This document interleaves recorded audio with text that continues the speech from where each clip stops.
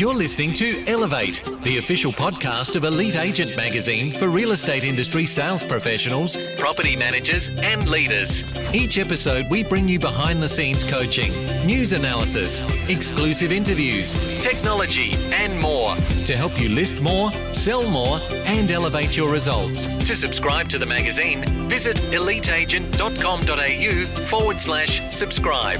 Here is your host, Samantha McLean. Hey, Samantha McLean from Elite Agent. Ray White. It all started in 1902 in a shed in Crow's Nest, Queensland, about 50 kilometres north of Toowoomba. Since then, over the last 116 years, Ray White has become a household name and a global business with an annual turnover in excess of $27 billion. As part of this year's Ray White Connect conference in August, delegates were invited to visit the shed, and the White family kindly allowed Elite Agent to be part of this gathering, inviting us to spend time with the current joint chairman of the company, Brian White and Paul White, who are the sons of Alan White and the grandsons of Ray White. As both men are not fans of self-promotion and are normally pretty reserved, this was a very rare opportunity for us to document an amazing Australian business story. It was a walk through history that I will certainly never forget, covering Ray's start, how Alan invigorated the business after the war, the expansion south, plus many more incredible lessons for real estate agents today. From the time we spent with Brian and Paul, we created 3 videos which you might have seen in the brief this week. But we know some of you are more fans of audio than video, so this week we had the whole interview for you delivered as a podcast. I hope you enjoyed this yarn as much as we enjoyed our day with the White family in the Darling Downs, where it all began. Can you describe the original business of Ray White as it was here in this shed? Well, he was a mixed business.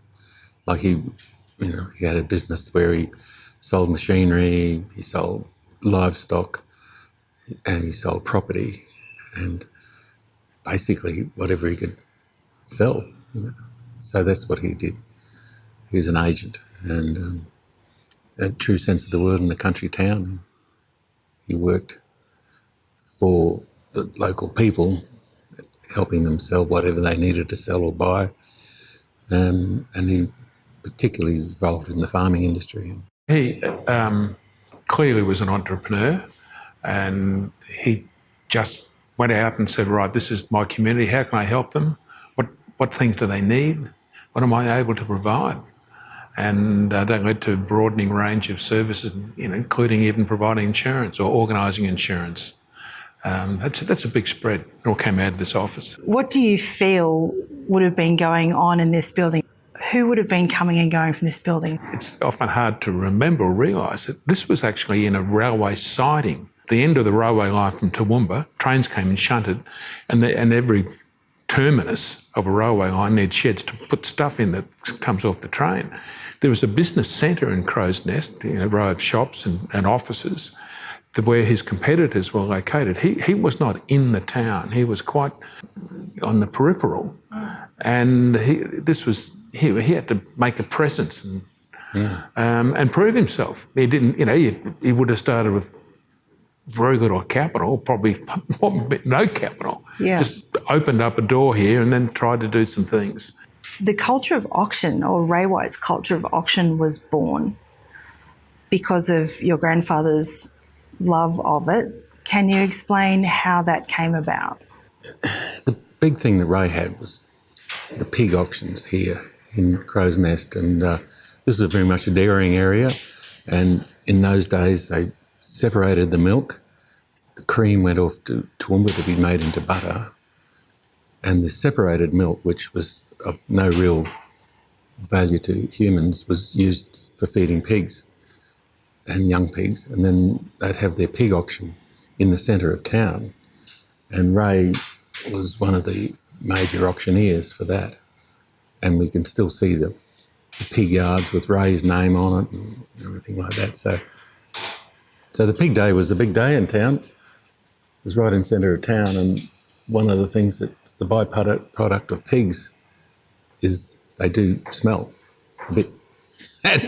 So the shops used to shut on pig day. Yeah. And till after the sale was finished. And I guess that's the big part of his auctioneering, was in those pig yards. And then it became calves and And I guess he moved on to all sorts of things that he auctioned. At one point, he decided to specialise in real estate. He moved to Brisbane about 20 years after he started here. So he was only a young man in his early 20s when he opened here. So he moved to Brisbane and he's sort of middle-aged, mid-40s. A big step.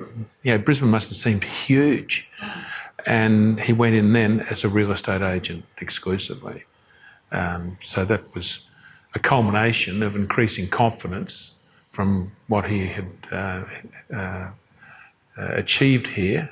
The contacts he had confidence that he was able to develop a following and a community of clients. So he wouldn't have been able to specialise when he was here in real estate. It just wasn't big enough. Yeah. So it was Brisbane in the early 20s, and he moved into a number of different buildings. He was fortunate to be given the leasing rights to a brand new building next to the GPO, which he then branded his business as Next GPO. It's amazing you don't use GPO in your sort of terminology anymore today. A huge part of his life was the exhibition, which is held once a year for a week in Brisbane. Country people come, and that was his big marketing opportunity. Even though he was in Brisbane, he still made a lot of sales in the country. He had a big following for his marketing, didn't he? He was quite clever and creative in the way that he marketed not just his business but property as well. Are there any that stand out as memories for you, any ads he had in the paper or anything like that? He was an incredible personality. A little story where I was learning to drive and I was driving his car with him in it. He took the courage to let me drive. Anyway, I had an accident down in the Brisbane Valley with a tram, and the tram was jammed up against the side of my car, Ray's car. I thought, my God, Ray's going to be off his head. And the policeman came, and in those days they had numbers on their epaulets, and he could tell by the number that he was new in town. He said, "You're new in town, aren't you, sir?" The policeman said, "Yes, I just arrived." And he said, "Have you bought a house yet?" Here I was terrified that Ray would be upset with me, but he took the opportunity to make a sale. And I guess that summed him up in a lot, that he always had that entrepreneurial feel that, anything that happened, there's obviously a chance for some business to come out of it. What are your memories of your grandfather, Brian? Well, I remember him, as a classic grandfather. He used to loved telling stories, and he had a very unique way of speaking. And there was a particular character called Tommy Dodge that seemed to be central in all his stories. And I had the pleasure in using that character with my children and even my grandchildren, and even some of my grandchildren one of their dogs is called Tommy Dodge. So that character has continued for a very long time. But I particularly remember him for just stories, quite a few. The one that stands out particularly was his love of the Gold Coast. He had a property on the Gold Coast, and he talked a lot about the Gold Coast. And I can remember he taking me for my first surf as a very young boy. And he was sort of getting on then, and what didn't happen for very long. But that was a wonderful memory. This shed that we're in is more than 100 years old and quite unique in that respect. But when it was originally located down in the rail yards, it was lost to the family for some time. How did you go about finding it and getting it back? We knew it would be around here somewhere. It had been shifted and was found on a property. People came and let us know it was found on a property. It had been used as a hay shed. You put ads in the local paper. Yeah, and we had to buy it off this farmer. So, He knew what it was? He knew what he was sitting on? not particularly. We could see the paintwork was still there, very faint. Yeah. Amazing, after 100 years, the paintwork was Still there? quite legible, yeah. And all the subsequently, they've just been really dolling up what was already there. Its location here now in Crow's Nest, how did you settle on that? Well, this is the historic village. This is already here. Yeah. And we added to the village with this. Fantastic what the local villages have done. Fantastic.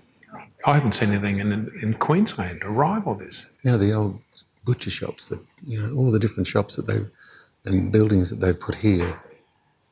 And we added to it with this. And then we bought the house that they lived in, our grandfather and our father and 2 aunties and uncle. And when it came up for sale, we had to buy it, and which we did, and bought it down and settled it here. So we're very much part of the historic village, but the historic village is so well run and it's so terrific what they've done anyway. There's a lot of the Ray White family coming here today ahead of Connect, and from what I can gather, that nobody passes up a chance to come here. What does this place mean to you and the people of Ray White? It's our roots, it's our tree of knowledge. It's where it all started. And what we find with our franchisees and salespeople is they just, they're promoting the identity, but to be where it actually started is something very unique. I'm quite lucky that way that we have it. My father or our father used to say, in this building, when he used to come in here as a young lad, he'd hear them talking, but they were always asking somebody to do something, to sell something, to buy something, to do something. And such a great lesson to agents, You've got to get people to do something. So Ray decided to move the business to Brisbane. Why do you think he left Crow's Nest to head to the big city? I think it was schooling, really.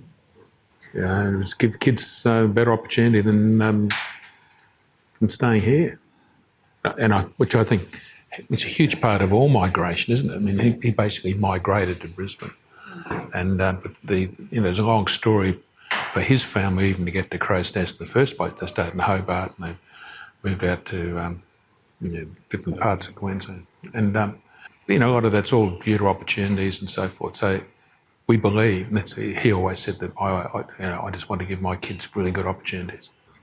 And so Alan, that's your father, Alan, didn't immediately go into the business, but I have seen photos of the two of you attending auctions with your father as kids. What was that like? Well, it was a big day.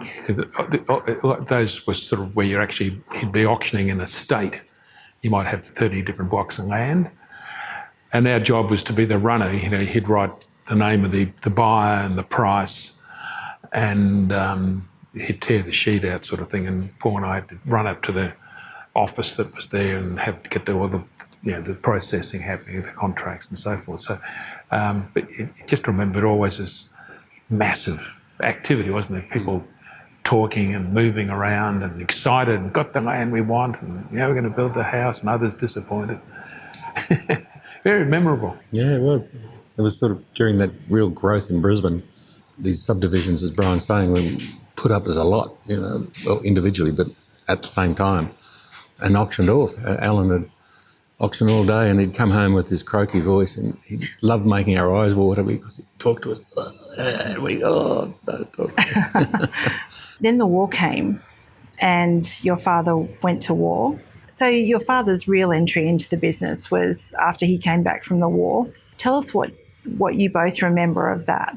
Well, I think it's important to remember that during the war years, all businesses virtually shrunk back to their cell. The army took over buildings and took over all the people. So business just disappeared during the war.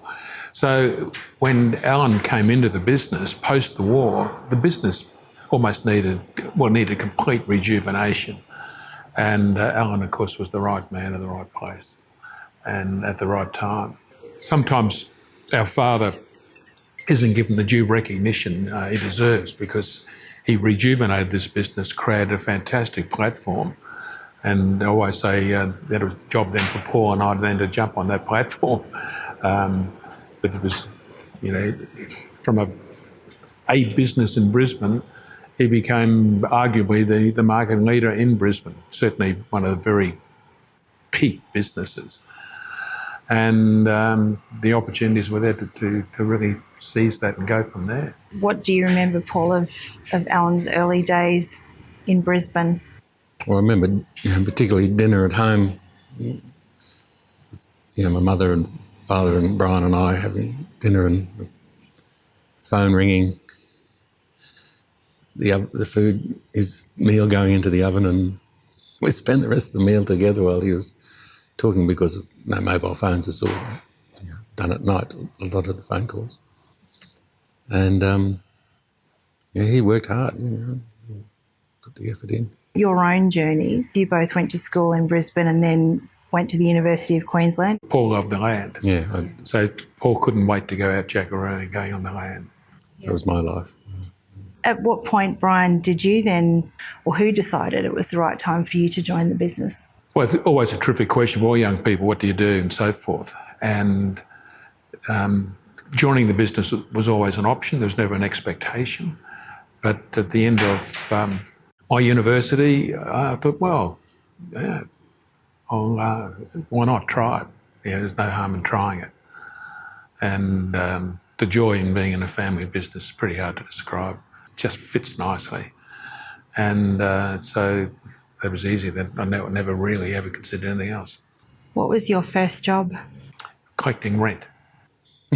You were a property manager, Property manager, collecting rent and making sure the rent... Because you didn't, those days, even checks were not that frequent. People would come in and pay cash, or you'd have to go out and collect rent, and you didn't want to have the same sort of schedule because people know when you're coming, so they wouldn't be home. So you sort of almost come at a different time each week or something, because that was one of the jobs. Rent was to be collected.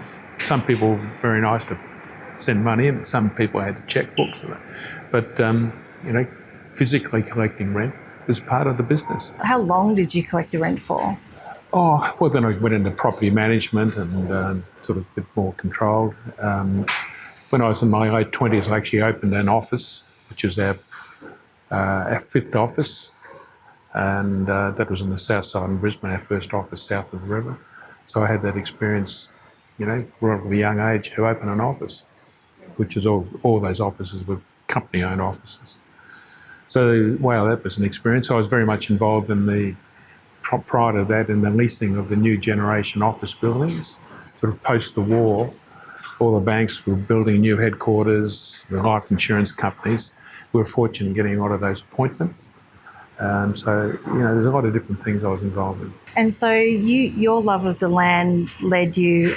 I became a jackaroo, and I worked on large properties throughout Queensland, particularly riding horses and chasing cattle.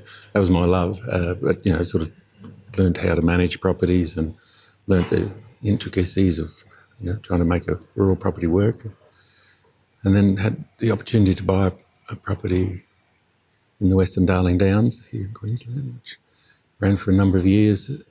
And at one point I was ready to change, talking to Brian and Alan, and I said, "Oh, want to come with us?" and so I went to Townsville, and we opened an office in Townsville, and it was on the 7th of the 7th of 77, I remember clearly, and that's how I got into the property business. I was very much involved in just in the selling of property, residential, whatever. And then, but when I say my love, which was rural property specialist, and so we started a rural network, very small. Now it's quite a big part of the rural industry in Australia. I see a lot of memorabilia in Ray White named after Alan, the Alan White elite performers and things like that. What's the biggest lesson from both of you that your father passed to you? Oh, there's it's a number. of course, that we are responsible for the business, responsible for the standard of services that we offer. How committed are we? He was completely committed. If you're not committed, don't do it.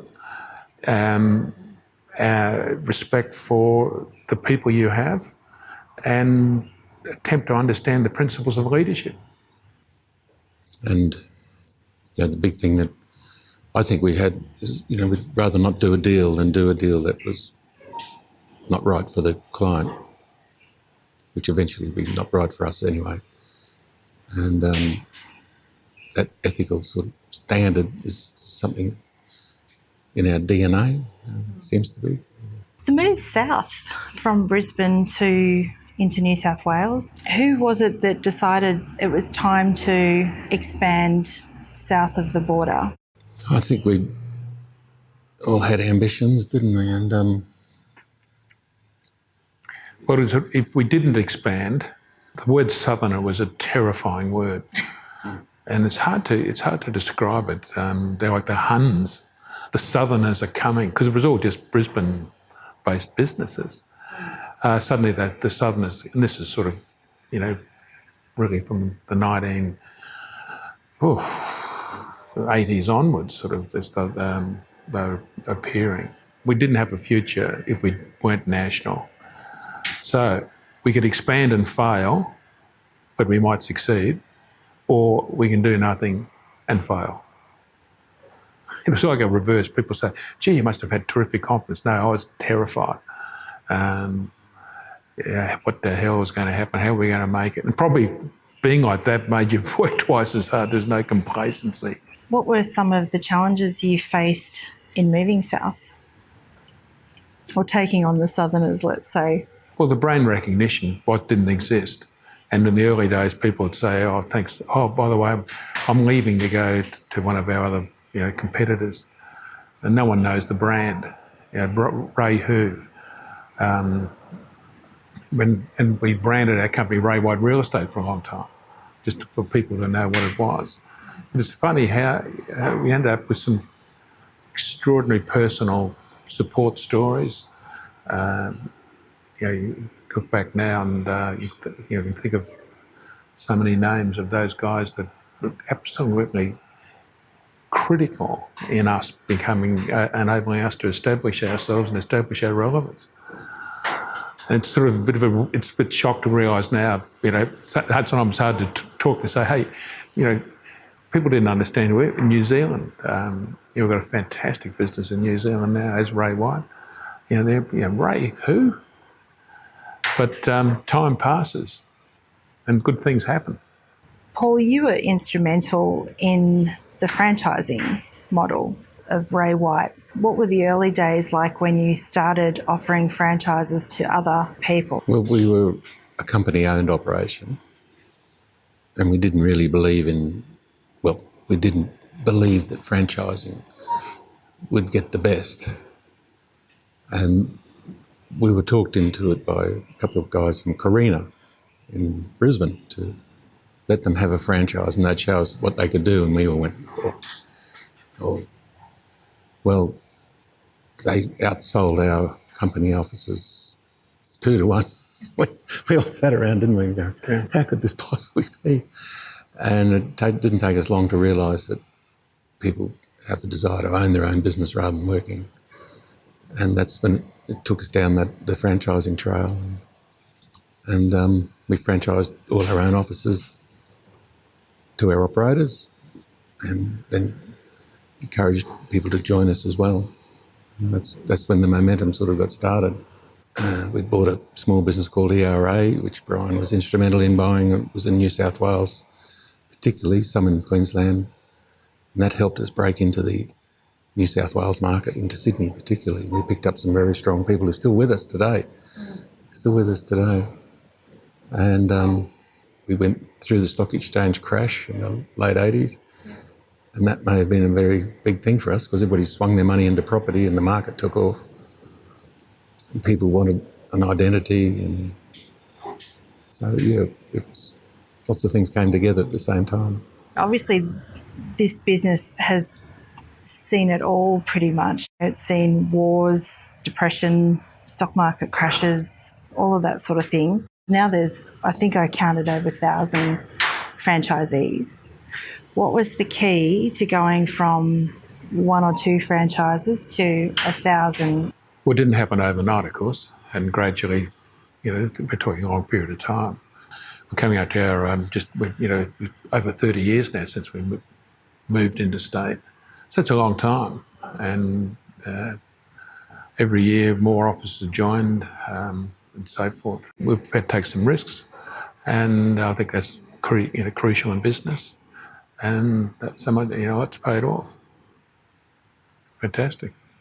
I think the family aspect of it was managed and run by the family, and that we went through the highs and lows together with these people as a family, and we managed it. We didn't have managers. We managed it. I think was a big impact, particularly with people to bring their family business to join ours. That was always, in my experience, a great sort of thing. Given that both of you have seen a lot of businesses and characters come and go and some remain, what advice would you give now to someone that wanted to open a real estate business? Join us. The White family have been very good at keeping the traditions throughout the generations. What do you think the secret to that has been? First of all, if you love what you're doing, that's the biggest breakthrough you can possibly have. And I've never ever wanted to do anything else. It's a joy to see, well, certainly my children, I know Paul's got the same, my children relating to the history, the foundations, what this business stands for.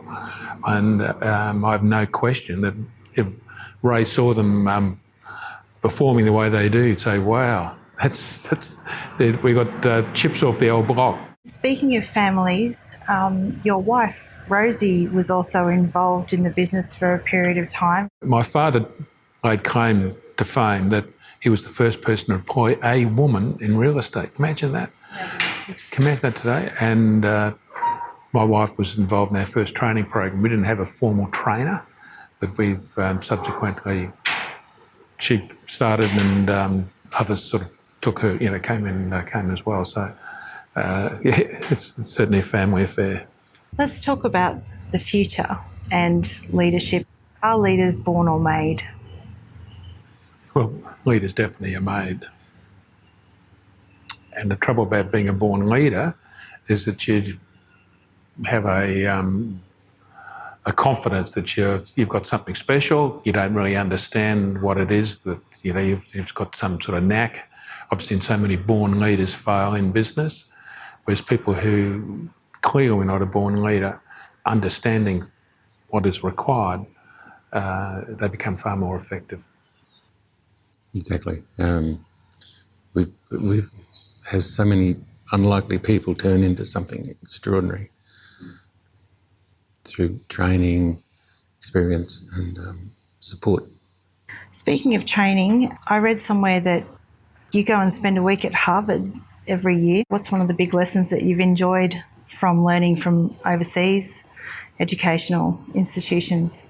Oh, there's so many. I go there every year sort of determined to come back with a couple of key principles. The biggest is having the awareness that you must keep attempting to improve.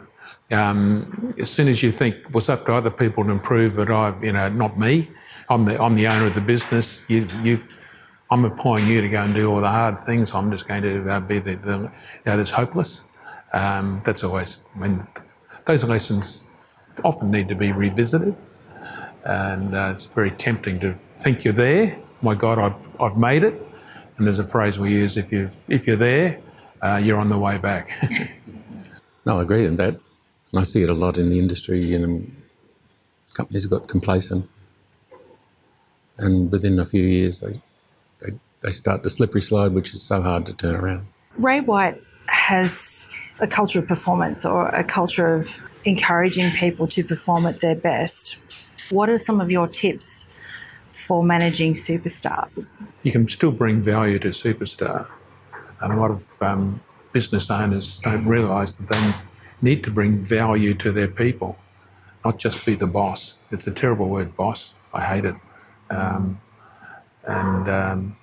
Even first-class salespeople can be better. And that can be a leader of a business providing better support systems.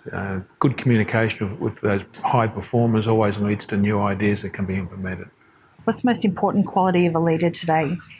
I think it's commitment to the business and commitment to their people, and the ability to bring people through. One of the areas that is so important is that the superstar or the really ambitious person does get the opportunity to, sort of achieve their ambitions. Could be part owner, could be succession planning. All these sorts of things need to be there unless things stall and people just dissipate and go elsewhere because they can't see any future for them. Both of you have children in the business, fourth generation White family. So Dan, Sam, Ben and Max. What do you wish for your sons as they carry on the Ray White name in the Ray White business? I just wish they get the same joy and satisfaction that I've achieved. Full stop. Their plans are fantastic. They're chasing their dreams. The pride they have in what is there is huge, a massive asset. If Ray were here now, looking at the business, what would he say to you both?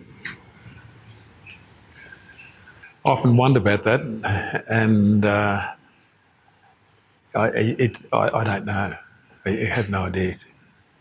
So I never wanted this business to become just a big brand all over the place. I wanted it to be, nice, small and personal. What have you done? You don't quite know what he might say. I reckon he'd be a bit chuffed. What would he say to the agents who have mindset coaches and stylists and 5 a.m. club to be successful?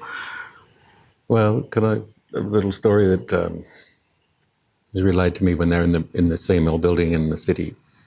And in those days there was no air conditioning, the windows are open, and some wind blew, and things were sort of happening. And one of the guys said, "I have no business. What should I do, Ray?" And he said, "You put your hat on, and you go and walk up and down Queen Street, and you talk to people." And he did, and he came back, and he apparently found a couple of people wanted to buy something, somebody wanted to sell something. Get back out there and talk to people. To subscribe to the magazine, visit eliteagent.com.au/subscribe.